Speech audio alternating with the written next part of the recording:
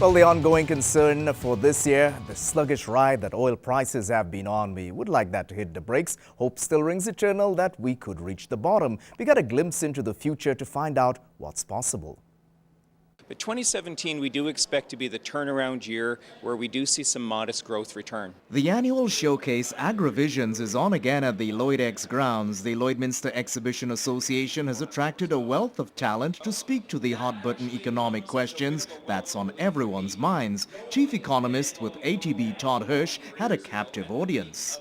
The very biggest factor, there's no question, is oil prices. They're about double from where they were a year ago. And with that WTI, that West Texas benchmark price hanging in around US $50 to $55, that's sort of a break-even point for producers in Alberta. Hirsch sees real GDP growth in Alberta at about 2%, becoming the new normal. As oil stabilizes, it's a rebuilding year. The slowdown in construction remains, but for building permits, it's still 6% of the 10-year average. Pipeline approvals offer hope, but the isolationist talk from Canada's largest trading partner is concerning.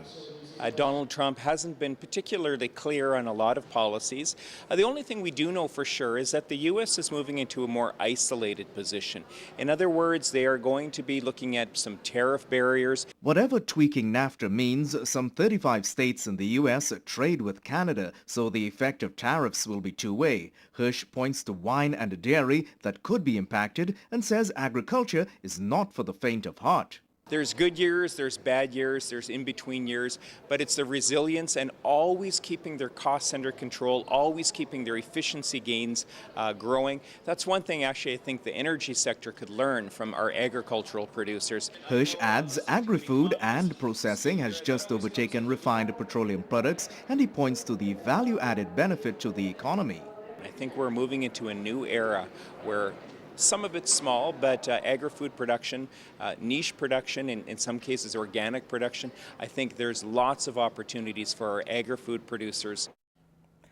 And at the end of November, oil was up 35% since June, and ATB was forecasting that Alberta's GDP would grow by 3.9% in 2017. The Conference Board of Canada pegged the growth even higher at some 6.7%, with Alberta continuing to lead all provinces.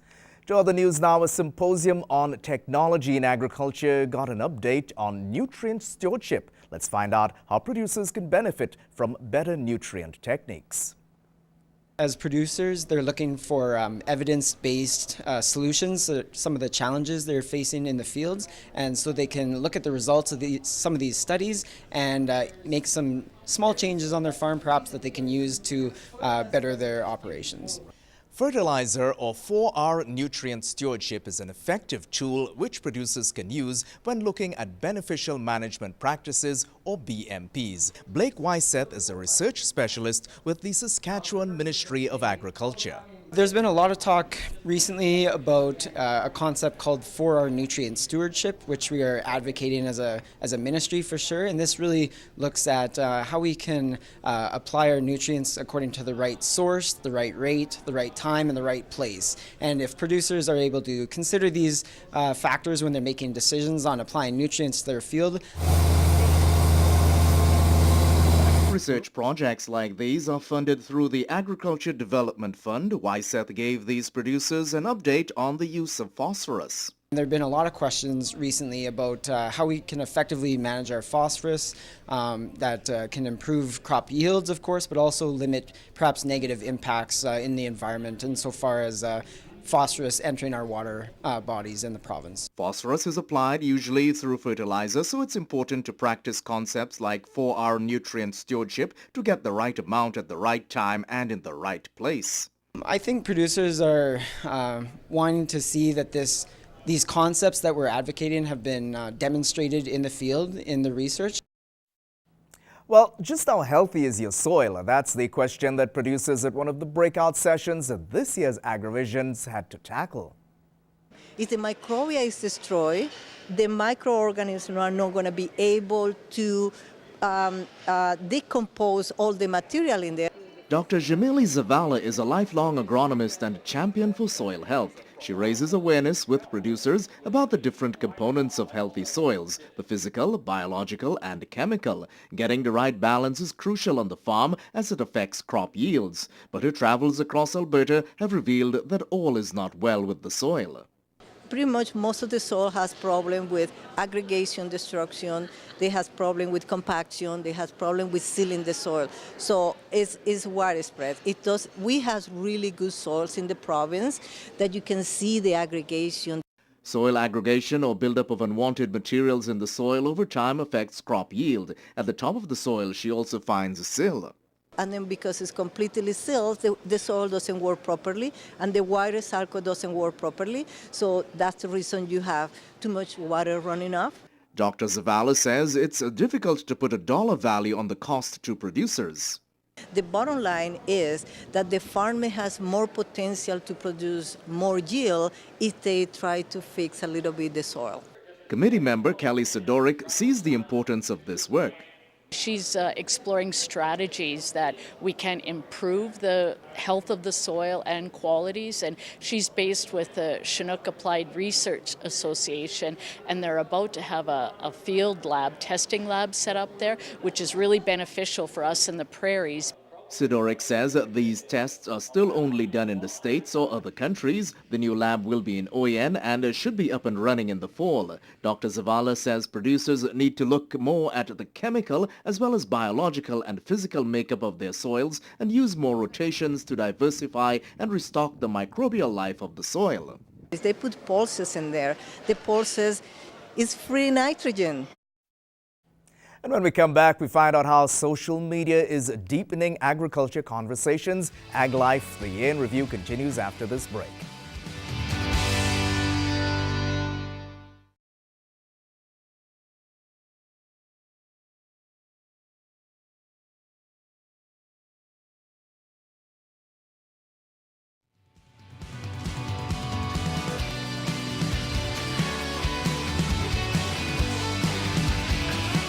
Well, the ag community has always been close-knit, and social media is making those bonds even closer. We find out how producers and consumers are having numerous conversations online about where our food comes from.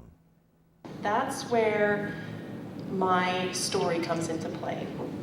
Leslie Kelly is an ag marketer and grain producer based in Watrous. Together with her husband Matthew and their 2 kids, they have lentils, oats, canola and barley.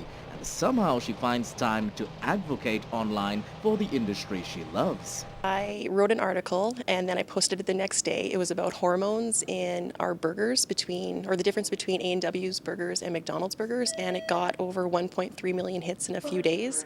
Kelly was one of the presenters at this year's Agrivisions in Lloydminster, weighing in on social media advocating online. Adrian Ivy and her husband Aaron ranch at Ituna, Saskatchewan. They have over 3,000 animals, including about 1,100 cow-calf pairs. She says social media is allowing the ag community to network online with consumers. Not only has that really helped tie the agriculture community even closer together, but it has also really allowed me to learn so much more about parts of agriculture that I'm not a part of, whether it's dairy farming or veggie production. Caroline Park and her husband have about 400 head of cattle north of Lloydminster. She and her kids took in the presentation. The urban population really wants to be engaged with the farmers today, so there's an opportunity to have a conversation with the consumers. But as people discuss where our food comes from on social media, Adrian Ivy is concerned that rural Canada has to deal with the bugbear of poor internet service. She has been raising this issue with policymakers. I have farmer friends from just outside of Vancouver to just outside of Ottawa, and they have the same internet issues. So I think that in order for us as an industry and as a rural community, we need to address that for it to move forward. In March, more than 100 horses in southwest Manitoba had to be quarantined for the equine herpes virus, or EHV. 8 horses passed away. A local vet is raising awareness. The main ones that we are concerned about is Equine Herpes 1 and 4. There are 5 alpha herpes viruses that are common in horses. It can start off with a runny nose and lead to neurologic illness and even death. The detection of horse herpes in southwestern Manitoba is concerning Dr. Michelle Colfus, who is alerting horse lovers in the Midwest region. Equine Herpes 1 is the main one we're concerned about, and that one has abortion. It can cause abortions in pregnant mares, as well cause some respiratory disease, can cause neonatal death in young foals, as well as cause the neurological form that I had mentioned before. Sometimes horses can be carriers without developing any symptoms, or symptoms can develop within 7 to 10 days of exposure and be quite severe. Dr. Colfus says the neurologic form can progress quickly. So the symptoms that we generally see for respiratory signs, so nasal discharge, sometimes we get some eye discharge, stuff from their eyes, as well as with the neurological form, we see a fever, and generally we see that kind of peak on day 1, and then it goes back down, fever comes back up on day 6 or 7. The fever can range between 39 to 42 degrees Celsius. Other symptoms include loss of coordination of their hind end, limb weakness, urinary incontinence, and drooping head and lips. Dr. Colfus says vaccination is available, but not for the neurological type. Antibiotics will treat secondary bacteria. As it's a virus, like the cold, it will have to run its course, so treatment is supportive. We want to put them on IV fluid therapy if they are not able to drink on their own or they aren't able to support themselves. Mostly anti-inflammatories, so help bring down some of that inflammation. Dr. Colfus says if your horse should exhibit any of these symptoms, isolate the animal and call the hospital right away. Well, the saying, "It couldn't happen to a nicer guy," is true for Dr. Merle Olson, who is this year's recipient of the Award for Innovation. We find out how the scientist is pushing the boundaries of pharmacology and animal medicine. Before that, I was a chemist. So both my chemistry and my veterinary medicine I use every day. Following over 20 years of research at the University of Calgary, Dr. Merle Olson realized his team had developed numerous products but lacked the capability to commercialize them. Fast forward to 2017, he's Vice President of Research and Business Development at Solvit in Calgary, the only pharmaceutical manufacturer in Alberta.